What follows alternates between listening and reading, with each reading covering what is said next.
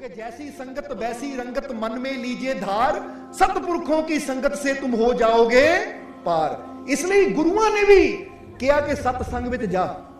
और इत्थे श्री गुरु अर्जुन देव जी के जीवन की एक छोटी जी घटना दसांगे और फिर सत्संग की समाप्ति करांगे कि देखो पंजवीं पातशाही श्री गुरु अर्जुन देव जी ने भी संतां दी संगत दी कितनी महिमा गाई है। तुसीं सुखमनी साहब पढ़ के देख लो, ਉਹਦੇ अंदर किन्ना कुछ संतां दे बारे लिखिया होया कि उत्तम श्लोक साध के वचन अमलीक लाल ए रतन सुनत कमावत होत उधार आप तरे लोकां निस्तार। कि संतां दे वचन वो कहंदे कीमती लाल है, एक एक वचन नूं कीमती लाल समझ, ये तेरा जीवन बदल सकता है, ये तेरे जीवन चों छुपियां हुई खुशियां लिया सकता है कि जिन्हां दी तैनूं जरूरत है। इसलिए संतां दी महिमा की हुंदी है, जरा ध्यान देना। कहते जदों श्री गुरु अर्जुन देव जी की शादी नूं काफी समा हो गया तो फिर एक दिन संगत ने बेनती की कि गुरु जी तुसीं सब नूं दाता दिंदे हो, ये सतगुरु तो कुछ करो कि अपने घर च भी बूटा लगे। हुण संतां दी महिमा की हुंदी है, ये श्री गुरु अर्जुन देव जी ने, ये कोई कहानी साडी लिखी हुई नहीं है, ये गुरुआं दे जीवन की साखी है, तुसीं पढ़ सकते हो। कि उन्होंने फिर श्री गुरु अर्जुन देव जी ने माता गंगा जी नूं बुलाया कि सारी संगत चाहती है कि इस घर च भी लाल खेडे, इसलिए गंगा जी कल सवेरे ही तुसी बाबा बुढ़ा जी को जाके आशीर्वाद लो। बाबा बुढ़ा जी वो संत सी, परमात्मा की बंदगी करने वाले सीगे, तो गुरु घर दे सेवक ही, क्योंकि बचपन से श्री गुरु नानक देव जी नाल जुड़े सी। जदों उन्हां दी उम्र दसिया जांदा 10-12 साल दी सी तो श्री गुरु नानक देव जी नाल मुलाकात हुई, तो श्री गुरु नानक देव जी दे वास्ते भोजन लैके गए। 10-12 साल की उम्र सी बाबा बुढ़ा जी की उस वेले। जो श्री गुरु नानक देव जी को भोजन लैके गए अपने माता पिता नाल, गुरुआं ने बच्चे का प्यार देख के भोजन खाधा, एक बुरकी तोड़ी मुंह च पाई तो गुरुआं ने कहा बेटा मन तृप्त हो गया, यानी खा के तृप्त हो गया, यानी पेट भर गया। तो उस वेले बचपन दे विच ही देखो बाबा बुढ़ा जी ने की पूछया, यानी उन्होंने नाम बुढ़ा जी नहीं सी, बुढ़ा जी तक श्री गुरु नानक देव जी ने नाम दिता सी। उस वेले वो बच्चे ने हाथ जोड़े कि सतगुरु तुसी कहंदे हो भोजन खा के असी तृप्त हो गए, तो सतगुरु मैंने एक गल का जवाब दिओ। श्री गुरु नानक देव जी मुस्कुराए, हाँ बेटा पुछ की गल है। वो कहंदा जी मैनूं ये दसो जिद्दां भोजन खा के शरीर तृप्त हो जाता है, वो किहड़ी चीज है जिहनूं प्राप्त करके साडा मन तृप्त हो जाए, क्योंकि बंदे दा मन है कदी तृप्त हुंदा ही नहीं है। ये उस बच्चे ने पूछया श्री गुरु नानक देव जी नूं, जदों उन्हें ये गल कही कि जिद्दां भोजन खा के तन तृप्त हो जाता है, सतगुरु वो किहड़ी चीज है जिन्हों प्राप्त करके मन तृप्त हो जाए, वो दसो। तो गुरुआं ने हस के देखिया, वो कहंदे हैगा बच्चा गल्लां बुढ़ियां वालियां करदा है, तू सियाणियां वालियां करदा है। उत्थों ही नाम उन्हां दा बुढ़ा जी पै गया। बुढ़ा जी मतलब सियाणा, समझदार। हुण जरा समझना, बंदा देखे कि गुरुआं रहबरां दे दर ते असीं भी जांदे हां, पर असीं दाता मंगण जांदे, कदी ये मंगण नहीं जांदे कि वो दसो कि मन दी सारी इच्छावां ही खत्म हो जान, ये मन तृप्त हो जाए, दोबारा कदी मंग उठे ही ना। तो गुरुआं ने उस बच्चे नूं बुलाया, अपनी गोद विच बिठाया, प्यार नाल उहदे सिर ते हत्थ फेरिया, कहंदे बेटा तू जानना चाहता हो किहड़ी चीज है जिन्ना मन तृप्त होवे, तो वो तो मेरे मालिक दा परमात्मा दा नाम है। ताही कहते ना बिन तुद होर की मंगना सिर दुखा के दुख देह नाम संतोखिया उतरे मन की भुख। के मन दियां भुखां पैसा जिन्ना मर्जी आ जाए उन्ना नहीं उतरनी। कदी देखिया किसी बंदे नूं कहंदे आ कि बस मेरे को बहुत है, वो कहंदा हाले भी थोड़ा। ਲੱਖ है तो बंदा कहता करोड़ चाहिए, जे को करोड़ है कहता 10 करोड़ चाहिए, जे को 10 करोड़ है कहता 100 करोड़ चाहिए है। हर बल भुख बंदे दी वधदी चली जाती है। ये गल हमेशा याद रखनी कि कभी भी वो लाइन नहीं आती जिथे बंदा कहे बस मेरी भुख खत्म, कभी स्टॉप आता ही नहीं है। भुख अगे तो अगे वधदी चली जाती है, वधदी चली जाती है। जिदा पिछे जे एक इंटरव्यू देख रहे सी असी एक हीरो की, कहते ओदी फिल्म ने 200 करोड़ कमाया, तो पत्रकारों ने पूछा तुसी तो बड़े खुश होने हो 200 करोड़ कमाया।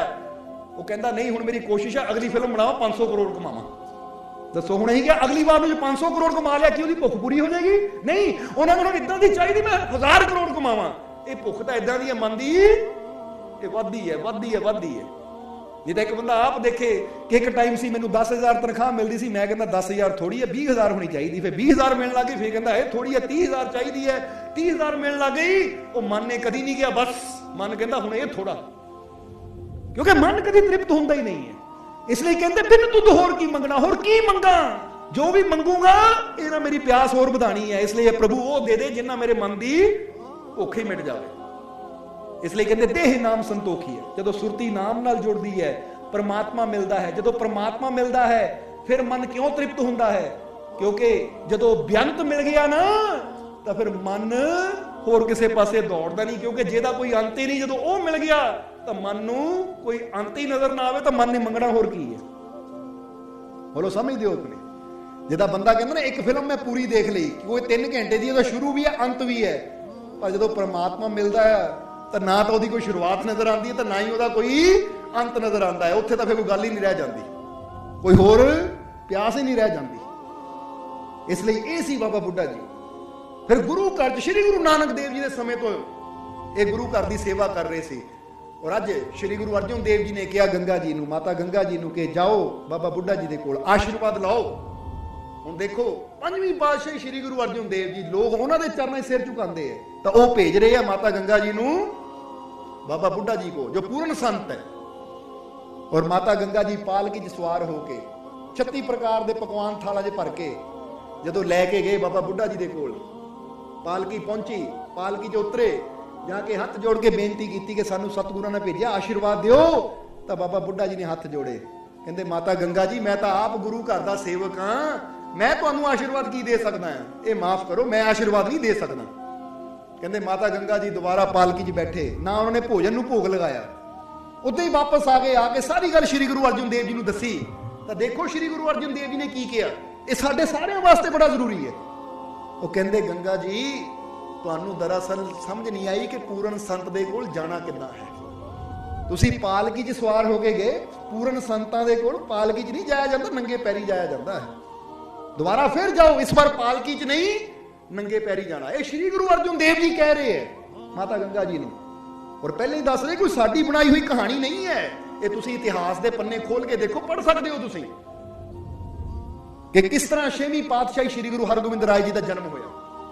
फिर कहते माता गंगा जी नंगे पैर गए, पर यह भी दसिया कि बाबा बुड्ढा जी नूं मिस्सी रोटी, लस्सी, प्याज, बस ये 3 चीज़ां लैके जानियां, 36 प्रकार के पकवान नहीं लैके जाने। और अज भी बाबा बुड्ढा जी के दरबार च जिथे उन्हां दा दरबार है, उत्थे तुसी जाओगे तो उत्थे मिस्सी रोटी, लस्सी का प्रसाद मिलता है, प्याज का, बस यही 3 चीज़ां लंगर मिलता है उत्थे, क्योंकि उन्होंने पसंद ही यह सी।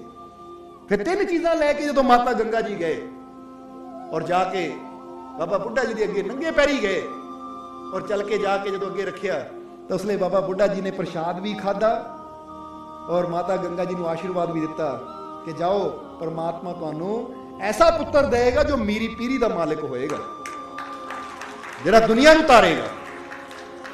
फिर उन्हां दे आशीर्वाद दे नाल श्री गुरु हरगोबिंद राय जी का जन्म होया सी। ये संतां दी महिमा दसी है कि किस तरह गुरुआं ने, किसी सेवक ने पूछा कि सतगुरु तुसी पूर्ण संत बाबा बुड्ढा जी के कोल क्यों भेजिया माता गंगा जी नूं, तुसी तां संगत नूं आप दाता दिंदे हैं। तो उस वेले श्री गुरु अर्जन देव जी ने कहा अगर ना भेजदे तो लोगों नूं संतां दी महिमा दा किद्दां पता लगना सी।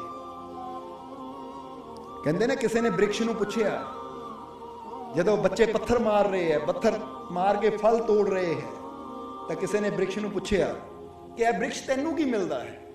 धुप्पे तू सड़दा है, फल तू उगांदा है, पर तोड़ के कोई होर ले जाता है। धुप च तू सड़दा है, मींह नेरी आंदी है, टहनियां तेरियां टुटदियां है, फल दूजे खा जाते, तैनूं की मिलता है? जरा ध्यान देना। वृक्ष ने पुछण वाले ने जवाब दिता, तू की कहंदा मैनूं की मिलता है? देख, कहंदे कि बच्चा आया पत्थर मारिया, तो उन्हें क्या देख हुण भी बच्चा तेरे पत्थर मार रहा है, फल तेरा टुटना है, दुख तैनूं होना, तैनूं की मिलता है? वृक्ष ने क्या देख, जिद्दां ही पत्थर मारिया बच्चे ने, फल टुटिया, बच्चे ने फल हाथ च फड़िया, मुंह च मारिया, बच्चा बड़ा खुश होया, बड़ा मिठा है। वृक्ष ने कहा मैनूं आ मिलदा जी खुशी, आ देख फल खा के बच्चे के चेहरे ते किहड़ी खुशी है ना, बच्चे के चेहरे ते जिहड़ी प्रसन्नता है वो मैनूं मिलदी है, वही मेरी संतुष्टि है। आप टहनियां तड़ा के भी मैं दूजियां नूं संतुष्टि दिंदा हां, दूजियां नूं खुशी दिंदा हां, बस इहदे च ही मेरा जीवन है। और यही जीवन तो संतां दा है, भगती आप करते हैं, तपस्या आप करते हैं, भुखे प्यासे आप रहते हैं, पर जो उसकी कृपा के फलों की गल आती तो जिहड़ा भी उन्होंने शरण में चल के आता है वो फल उसकी झोली च पाते हैं। तां ही तो कहते हैं ना कि वृक्षा कबू ना फल भखे, नदी ना अचवे नीर, परमारथ के कारणे साधु धरा शरीर। कि जिदा नदी कदी अपना पानी आप नहीं पींदी और वृक्ष कदी अपने फल आप नहीं खांदे। परमार्थ के कारणे नदी दूजियां दी प्यास दी खातर वगदी है, वृक्ष दूजियां दी भुख प्यास मिटाण नूं, दूजियां नूं ठंडी छां देण नूं आप तपदे है, यानी धुੱਪ आप चलदे है, पर ਜਿਹੜਾ ਉਹਨਾਂ ਦੀ ਸ਼ਰਨ 'ਚ ਬਹਿੰਦਾ ਹੈ ਉਹਨੂੰ ਠੰਡੀ ਛਾਂ ਦਿੰਦੇ। ਹੁੰਦਾ ਕਿ ਨਹੀਂ?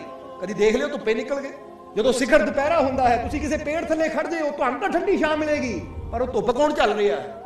ਉਹ ਬ੍ਰਿਕਸ਼, ਪੱਤੇ ਕਿਹਦੇ ਸੜ ਰਹੇ ਉਹਦੇ। ਕਹਿੰਦੇ ਇਸੇ ਤਰ੍ਹਾਂ ਇਹ ਪਰਮਾਰਥ ਹੈ, ਦੂਜੇ ਦਾ ਭਲਾ। ਇਹੀ ਤਾਂ ਸੰਤਾਂ ਦੀ ਭਾਵਨਾ ਹੁੰਦੀ ਹੈ ਕਿ ਜਿਹੜਾ ਉਹਨਾਂ ਦੀ ਸ਼ਰਨ 'ਚ ਪ੍ਰੇਮ ਨਾਲ ਚੱਲ ਕੇ ਆਂਦਾ ਹੈ, ਸੰਤ ਉਹਦੀ ਝੋਲੀ ਨੂੰ ਖੁਸ਼ੀਆਂ ਨਾਲ ਭਰਨ ਦੀ ਕੋਸ਼ਿਸ਼ ਕਰਦੇ, ਉਹਨੂੰ ਉਹ ਠੰਡੀ ਛਾਂ ਦੇਣ ਦੀ ਕੋਸ਼ਿਸ਼ ਕਰਦੇ ਕਿ ਇਹਦੇ ਜੀਵਨ 'ਚ ਉਹ ਖੁਸ਼ੀ ਆਵੇ, ਆਨੰਦ ਆਵੇ। ਇਸ ਲਈ ਸਤਸੰਗ ਵਿੱਚ ਆਉਣਾ ਕਿਉਂ ਜ਼ਰੂਰੀ ਹੈ? ਹੁਣ ਸਮਝ ਆ ਗਈ ਕਿ ਨਹੀਂ?